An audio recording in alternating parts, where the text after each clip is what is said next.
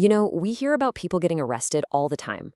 But what happens when the arrest itself becomes the punishment long before a trial even begins? Today, we're going to talk about a landmark Supreme Court judgment that completely changed the rules of the game for arrests in India. It's a crucial shield for your personal liberty, and it's all thanks to the Arnesh Kumar guidelines. So, this is the big question right here, the one at the heart of this whole story. The power to arrest someone? That's one of the biggest powers the government has. But just because the police can arrest you, does that mean they always should? For way too long, the answer was just a routine yes. And, well, that led to a massive, massive problem. Okay, take a look at this number. Let that sink in for a second.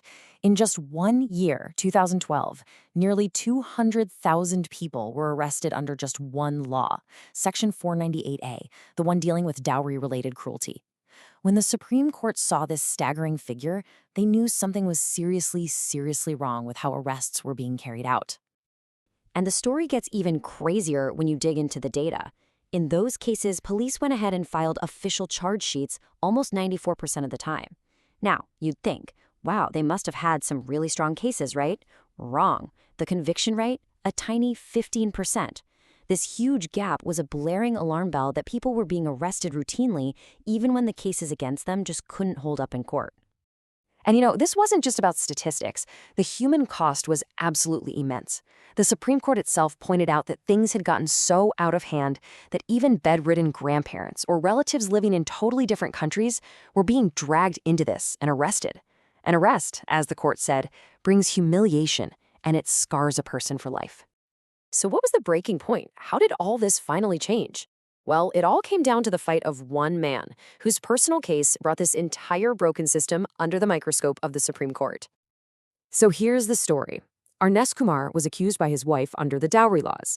She claimed he and his family had demanded all sorts of things: a car, an AC, a TV, a bunch of cash. Now, he tried to get anticipatory bail, which is basically asking the court, hey, can you make sure I don't get arrested before this is sorted out? But he was denied. So he was facing immediate arrest. But instead of just accepting it, he took his case all the way to the top. And what the Supreme Court did next wasn't just about one man's case. It was their moment to step in and completely rebalance the scales of power between the state and the individual. This right here, this is the single most important idea from the entire judgment. What the court is saying is, look, it's one thing to have the power to arrest someone. It's a completely different thing to have a good reason to actually use that power. The power itself is not the justification. And they didn't just pull this idea out of thin air. They grounded it in the most important law of the land, the Constitution. The court declared that just arresting someone automatically without careful thought is a direct violation of Article 21, your fundamental right to life and liberty. This turned it from a simple police procedure issue into a fundamental rights issue. But here's the best part. The court didn't just make a powerful statement and leave it at that. They actually created a brand new practical rulebook for every single police officer and magistrate in India, changing the entire process from automatic arrest to justified arrest. Look at this shift. It was a complete 180. The old, unwritten rule was often arrest first, ask questions later. The Arnesh Kumar judgment completely flipped that script. The new rule is crystal clear. Investigate first and arrest only if it is absolutely necessary. And here's what makes this a real game changer. Even though the case was about a dowry law, the court applied these new rules to a massive category of crimes.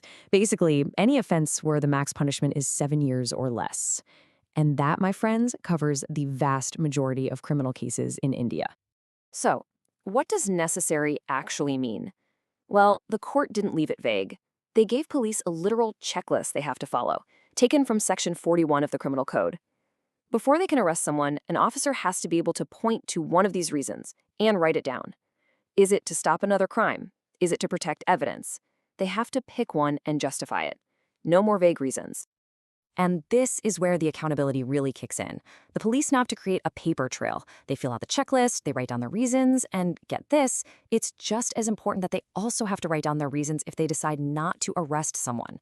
If no arrest is needed, they just send a notice telling the person when to show up. All of this paperwork then has to go before a magistrate. So now, think of the magistrate as the new gatekeeper of your liberty. Their job isn't to just rubber stamp what the police did. They have a duty to actually look at that checklist, read the reasons, and decide for themselves if the arrest was truly necessary. They can only approve keeping someone in custody after they've put on record that they are personally satisfied with the justification. So, does any of this really matter? What's the lasting impact?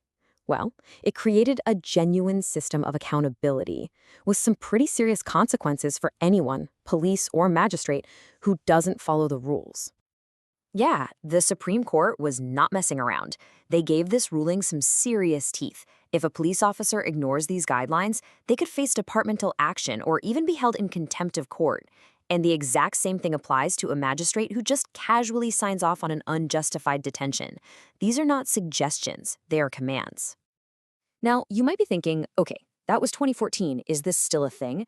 And the answer is absolutely. It's more relevant now than ever. These principles were used in high-profile cases like Munawar Faruqi's. The Supreme Court has come back again and again to reinforce these rules. And most importantly, these protections are now literally written into India's new criminal laws. That's right. What started out as a guideline from a court judgment is now the law of the land. In the new Bharatiya Nagarik Suraksha Sanhita, or BNSS, you'll find these exact protections right there in Section 35. The legacy of Arnesh Kumar's fight is now a permanent part of our legal system. So, we end with this thought. The law has given us a powerful shield to protect citizens from being arrested unfairly. But the real question, the one we all have to keep asking, is this. Is that shield actually being used effectively on the ground every single day to protect every single person? That's something worth thinking about.